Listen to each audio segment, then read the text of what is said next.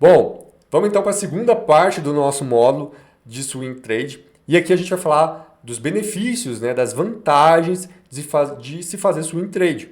Tá? Eu tentei resumir aqui em alguns, basicamente em três. Né?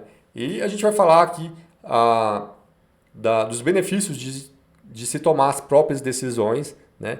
Da possibilidade de fazer gestão de risco. Então, operar o mercado de capitais, operar a renda variável, limitando e controlando o risco, né?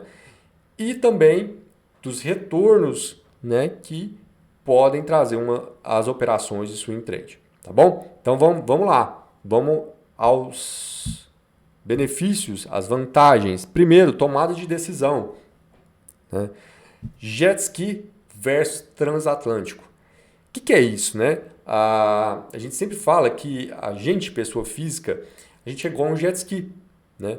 A gente pode montar e desmontar a posição de uma maneira muito rápida, né? E sem deslocar preço, porque as nossas posições comparadas aos institucionais, né? Fundos que gerenciam bilhões, né? E por mais que também façam uma divisão em vários ativos, mesmo assim os volumes financeiros são muito relevantes, né? A capacidade de a gente montar e desmontar a posição sem deslocar preço em uma velocidade muito mais rápida, né, é incomparável. Né? Então a gente é literalmente como se fosse um jet ski, né, o pessoa física comparado a um transatlântico, né, que seria um fundo, né, que às vezes não, tem posições tão grandes que demoram vários dias para serem desmontadas. Né, e a pessoa física consegue desmontar às vezes ali num dia e sem fazer deslocamento de preço relevante. Tá bom? Então essa é uma vantagem, agilidade de montar, de encarteirar e desencarteirar o ativo, tá bom? Outra vantagem importantíssima, e aí entra esse gráfico aqui, né, que a gente vê aqui a crise do coronavírus, né, fevereiro de 2020, então o início aqui, quando começa a perder linha de tendência de alta, começa a perder suporte, né? Então, se você era atento ao mercado e estava acompanhando o gráfico, acompanhando seus investimentos, se você estava investido em fundos, provavelmente você até se atinou, né, a falar, pô, eu vou sair dos meus investimentos aqui que o negócio vai azedar. Mesmo que você tenha tido essa atenção, o que é o problema? A maioria dos fundos são D mais 30. Né? D mais 30. Então, se você pediu o resgate aqui, imagina que D mais 30, né? Onde é que onde é que foi cotizar aqui, né? Onde foi feita a cotização do seu resgate? Então foi aqui no final do movimento, né? E dependendo aonde que foi entrada no fundo, né? De onde que você pega aqui, a gente está olhando o IBOV, que seria uma média das ações, né? É claro também que tem que analisar a carteira do fundo, mas dependendo do momento que chegou a quase 50% de queda. Então imagina, né, você fazer o investimento e de repente ver ali 50% do seu investimento, do que você investiu e por água abaixo. Né? É lógico que existem maneiras de se operar a longo prazo, tudo mais. De qualquer forma, é uma perda imensa de desempenho que você vai ter que deixar dinheiro ali para ele se recuperar. Né? Então, essa tomada de decisão, essa agilidade que quem faz o swing trade gerencia sua própria carteira tem, ela é inestimável num momento como esse. Né? Então, se você começa a perceber aqui perdas de rompimento de suporte, de LTA, você pode finalizar a sua operação e tocar em frente, né? Às vezes entrar ou até mesmo operar vendido, tá bom? Então essa agilidade de tomar decisão é importantíssima. Né? Segunda vantagem de swing trade, que é a gestão de risco e da carteira. Né? No swing trade a gente vai fazer uma gestão de risco por operação e também uma gestão de risco da carteira como um todo. Dessa forma a gente protege os nossos investimentos, a nossa carteira de swing trade, né? De riscos sistêmicos e, por exemplo, vamos falar de Vale, né? Então, imagina uma pessoa que estava lá posicionada em Vale e acontece o desastre que aconteceu de Brumadinho, né? Então, se você está ali com 100% da sua carteira em Vale, você vai ter um impacto muito grande. Mas quando você tem uma carteira de ativos, impacto ele é mitigado, né? E aquele stop maior que o planejado vai ser só em uma parcela da sua carteira, tá bom?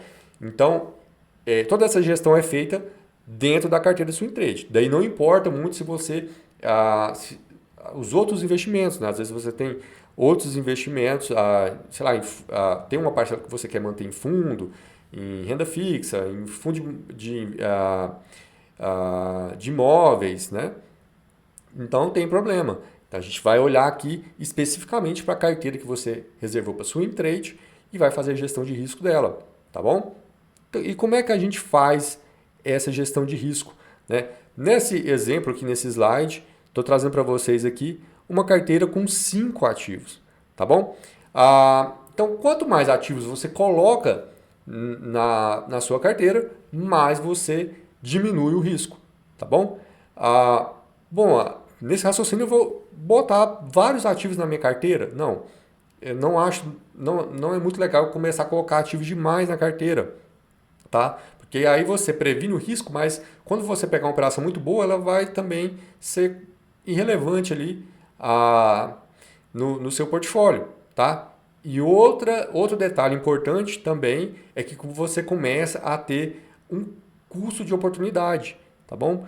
Porque as boas oportunidades não surgem todo o tempo, todo dia no mercado. Então, às vezes, a gente tem que aguardar pelas boas oportunidades. Até a gente brinca que não operar também é operar, né? Então, para isso, a gente tem ferramentas como CDBs de liquidez diária, né? Então, aquela parcela ali da nossa carteira que não está posicionada, a gente pode investir numa renda fixa de liquidez diária, porque assim, surgiu a oportunidade, eu resgato ali, enquanto isso ele está rendendo alguma coisa, sem problema nenhum. Tá? Mas se eu começo a ter ativos demais na minha carteira, dividir demais essa pizza aqui, eu vou ter sempre uma parte grande parada ali, né? Ou um risco muito grande, eu começo a procurar operação onde não tem e começar a entrar em operação ruim só para eu ter essa quantidade posicionar essa quantidade de ativos, tá bom? Então, sempre é importante ficar aí no intervalo aí de 5 a 7 ativos. Não ser menor de 5, senão isso começa a expor demais minha carteira, e não ficar acima de 7 também, senão começa a subdividir demais, tá bom? E é importante pelo menos 5, para a gente ficar aí numa regra aí do Alexander Elder, que a gente gosta muito, que ele explica para a gente que não é legal você expor mais que 2% do seu patrimônio, nesse caso do que a gente está investindo no swing trade, numa mesma operação, né? Então, se eu tenho aqui 20% só de uma posição, e a gente entende que stop de swing trade aí vai variar aí de, sei lá, de 2,5%, que seria um stop muito curto, a 10%, em torno de 10% já seria um stop mais longo, né? Então, se eu tomar 10%, né, de stop num ativo que eu estou postado 20% da minha carteira, eu vou ter 2% de exposição. Então, está dentro da regra, tá bom? Como eu faço isso na prática? Tá bom? Aí eu vou trazer um exemplo para vocês de como fazer isso, né? Como é todo o lema aqui da gente no swing trade é simplificar ainda mais, né, o swing trade. Então vocês vão ver que não tem segredo como é que eu faço isso na prática. Vamos pegar um exemplo aqui que você tem uma carteira de 100 mil para fazer swing trade. Tá? Então se eu divido aqui em 5 ativos, eu vou ter uma exposição, né, de 20 mil por operação, tá? De 20%. Um exemplo, né, se eu pego aquela operação, quando eu montei a operação, sei lá, de Magalu que estava no slide anterior, e o stop inicial era de 7%, né, só que é 7% em cima de 20%. Então, na verdade, eu tive uma exposição de 1,4% da carteira, né? E olha isso aqui, o tanto que a gestão de risco ela é importante. Olha a proteção que ela dá. Eu estou montando uma operação que pode trazer retornos bem maiores que o stop. Aí a gente vai falar de risco-retorno daqui a pouco. Então, os retornos que a gente busca sempre são maiores que os stops. E eu estou arriscando aqui do meu portfólio 1,4%. Olha a tranquilidade que isso me traz para eu saber que eu posso errar, né? Que isso é uma ansiedade muito grande quem está começando no mercado de ações. Eu preciso acertar. Não, você precisa de uma matemática que te permita errar, porque é variável, né? A gente está falando de ações que a gente, por mais que faça estudo, análise técnica, a gente não sabe para onde vai exatamente. Né? Existem estatísticas, né, de momentos gráficos do que tende a acontecer, mas para onde vai, só o mercado vai dizer depois. Então você precisa de uma matemática que te proteja. Então, né, fazendo isso aqui, você está protegido. Pensa, se você for perder 1,4% toda vez que você estopar, por exemplo, quantas vezes você poderia errar? Né? E aí, quando a gente aplica o risco retorno, que a gente vai ver daqui a pouco, as que se acertam, vem, cobre os erros e ainda sobra. Tá bom? Beleza. Então, vi aqui da importância de dividir. Né? Então, estou montando a operação, já sei a minha mão, né? Porque eu sei o tamanho da minha carteira e sei quanto que é cada parcela de cada posição quando eu for montar. Né? Vi o stop da operação, já sei quanto que isso vai ser um impacto na minha carteira. Estou ciente do risco, isso é importantíssimo para quem quer operar. Eu sempre falo que a gente não precisa ser um profissional para operar como um profissional. Tá? Mas a gente precisa dessa cabeça de profissional. Um profissional no mercado, ele só opera quando ele está ciente do risco. Tá? É lógico que swing trade, e a gente falou agora do exemplo de Vale, por exemplo, que existem os riscos sistêmicos. Às vezes o stop vai ser um pouco maior do que a gente programou. Mas, via de regra, isso aí são coisas pontuais. Via de regra, vai estopar do tamanho que você planejou. Né? Então, você limitar a perda e estar ciente dela é pensar como um profissional. Beleza? Bom, então defini o risco, já sei que o tamanho que eu vou entrar à mão. Então, como é que eu faço o dimensionamento? Quantas ações eu vou comprar ou vender, afinal de contas? E aí é muito simples também. Então, para fazer o dimensionamento do tamanho da posição, basta eu pegar o volume financeiro. Então, já sei que nesse exemplo aqui de 100 mil, vou operar com 5 ativos, então cada mão minha é 20 mil. E, por exemplo, se eu vou comprar um ativo de R$22 por ação, é simples. A quantidade de ação que eu vou ter vai ser R$20.000 dividido por R$22 de cada ação. Então, eu posso comprar, poderia comprar, né, 909 ações.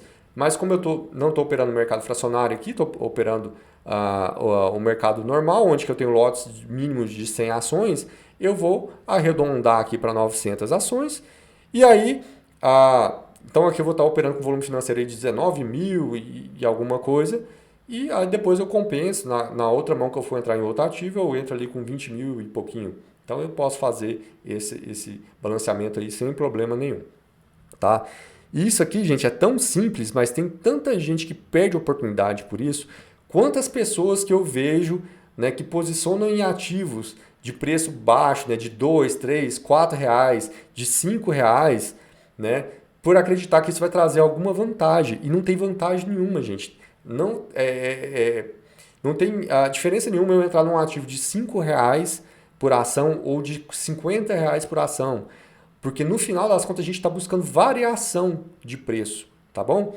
E essa variação vai ser em cima do volume financeiro. Então, tanto faz eu entrar com 10 mil num ativo de 5 reais ou com 1.000 ações num ativo de 50. O volume financeiro que é importante. Né? Se eu for pegar 10% de variação, 15% ou 20%, o importante é a variação e o volume financeiro. E aí desmistifica toda essa lenda de que ativo pequeno pode trazer benefício maior. O importante é o volume financeiro e a variação que eu estou buscando. Tá bom, pessoal? Isso aqui muda muita coisa e é muito importante e muito simples, como a gente viu aqui. Tá bom? Então, fazer a gestão de risco e estar ciente de cada operação. Isso aqui vai te dar sobrevida no mercado. E a terceira vantagem, né? A gente falou aqui de tomar as próprias decisões e do benefício de você poder fazer uma gestão de risco. E a terceira é a mais legal, né? Que a gente acabou de ver que a gente pode limitar os riscos, né? E agora a gente buscar por retornos, bons retornos. E aí a gente olha para o mercado e a gente vê que os retornos podem ser limitados, né? Como assim, né? Isso aqui é uma operação que a gente fez em 2019 e é uma operação que vocês vejam que quando a gente começou a entrar aqui, olha a proporção do stop em relação ao ganho, né, que a gente obteve aqui. poxa, uma operação de 140%, né? Imagina você ter algum retorno disso em qualquer outro tipo de investimento no mercado financeiro, né? Em renda variável, em renda fixa, perdão, é quase improvável. Você vai ter que deixar um tempo, né? Ah, sei lá, muito longo, né? Não consigo nem calcular isso aqui de cabeça agora. E todo esse movimento, não sei se vocês conseguem ver aqui, mas aconteceu de outubro a janeiro, né? Outubro de 2019, tá? Na verdade, mais precisamente novembro a janeiro de 2020. Então, em 2 meses, né? 2 meses, o movimento dessa amplitude, tá bom? É toda hora que tem um movimento desse de 140%? Não é, gente. Toda hora que aparece. O normal é a gente pegar variações de 20%, 25%, 30%. Isso aí são coisas mais factíveis. Mas, vez ou outra, né, pela quantidade de ativos que a gente tem, e isso aí que é uma coisa excepcional de operações, né, a quantidade de ativos que a gente tem, vez ou outra vai acontecer isso aqui de um ativo que vai dar o que a gente chama dessa pernada, né?